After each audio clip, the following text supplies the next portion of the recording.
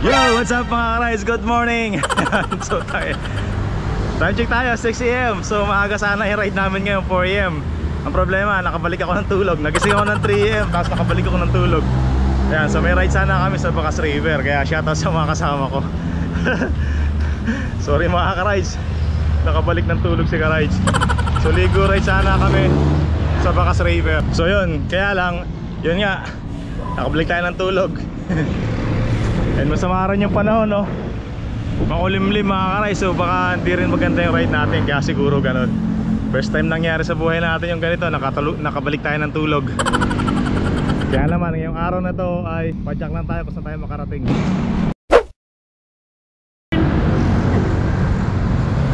Ayan, bale yung Bacas River natin, magiging tak-tak na lang.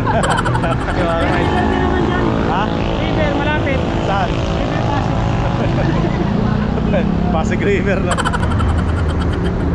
Yung mga ka-rides, tak-tak na lang tayo sa araw na to. Ayan, sa mga panahon, tambay tayo doon, kain tayo. So yun nga mga ka-rides, yung plano namin na Bacas River sana kami dito sa Norsagaray, na ang ride out dapat namin alas 4 ng umaga para maaga kami makarating doon at may time pa para magtampisaw doon sa Bacas River. Kaya lang yun nga, nagising ako ng 3 AM pero nakabalik ako ng tulog.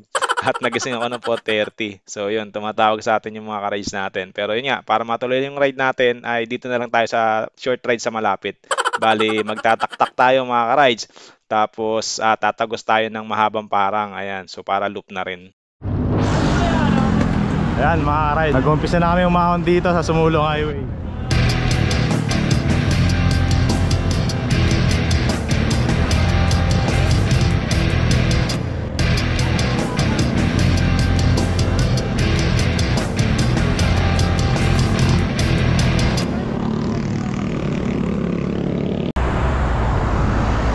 Arman in the house.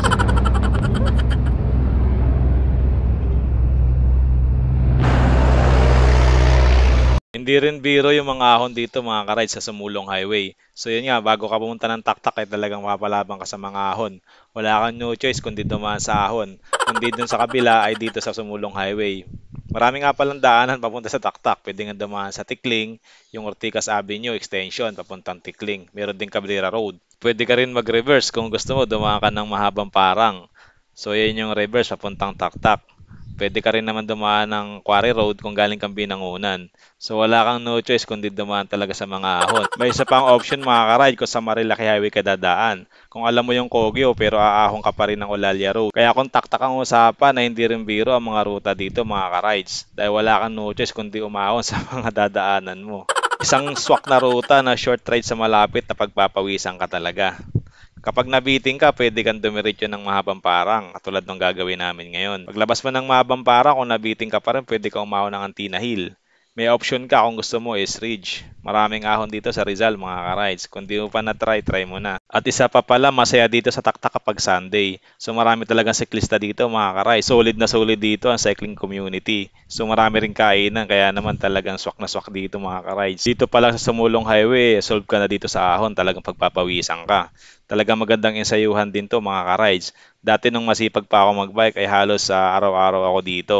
Pero ngayon dahil sobrang busy natin ay hindi natin magawa. Every Sunday na lang tayo. Minsan ay hindi pa nga tayo nakaka-ride ng Sunday. Dahil sobrang busy natin mga ka-rides. Masyadong busy na tayo sa ating buhay-buhay and marami rin tayo pinagkakaabalahan.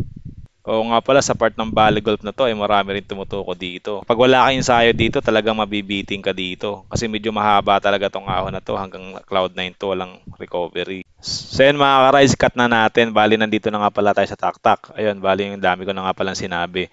So bali ngayon, gagawin natin, baba tayo dito, lusong tayo at kain tayo dito, maraming kainan. Marami rin latagan dito na pwede tayo makapamili ng mga piyesa ng bike. Lugang taktak.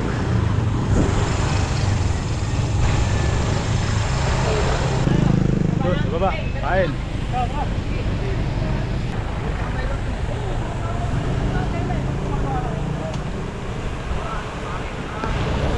Kain muna tayo dito sa taktak mga ka-rides. Sagot ko, tara, let's go.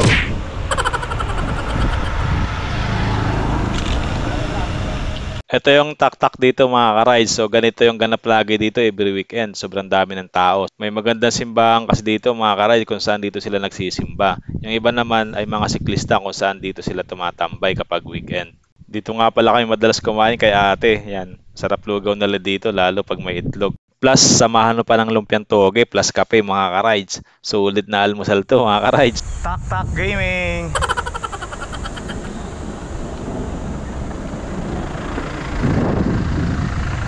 Yung Bakas River namin napunta ng Tak.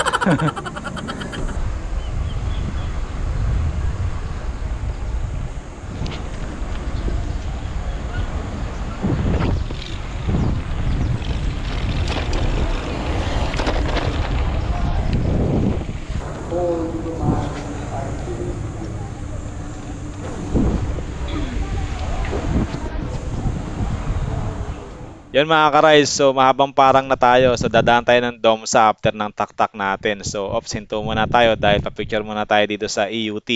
So minsan lang tayo dumaan dito kaya pa-picture tayo mga ka-rides. So after nga pala ito ay lusong na dito, inahon tayo sa Domsa papuntang mahabang parang mga ka-rides. Tara, let's go. Ayan, dito lulusong na tayo. Lulusong na tayo ng mahabang parang. So ito yung Domsa mga ka-rides.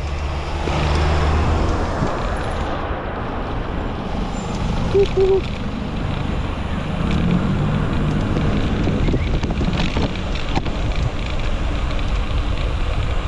na si Arman. So dito, one-hand lang tayo. Patay GoPro tayo dito. Ayan o.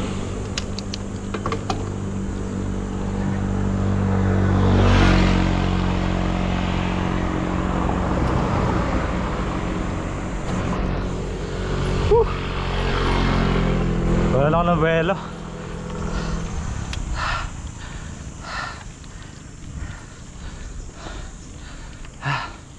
Domsa. Wala lang tao yung Domsa.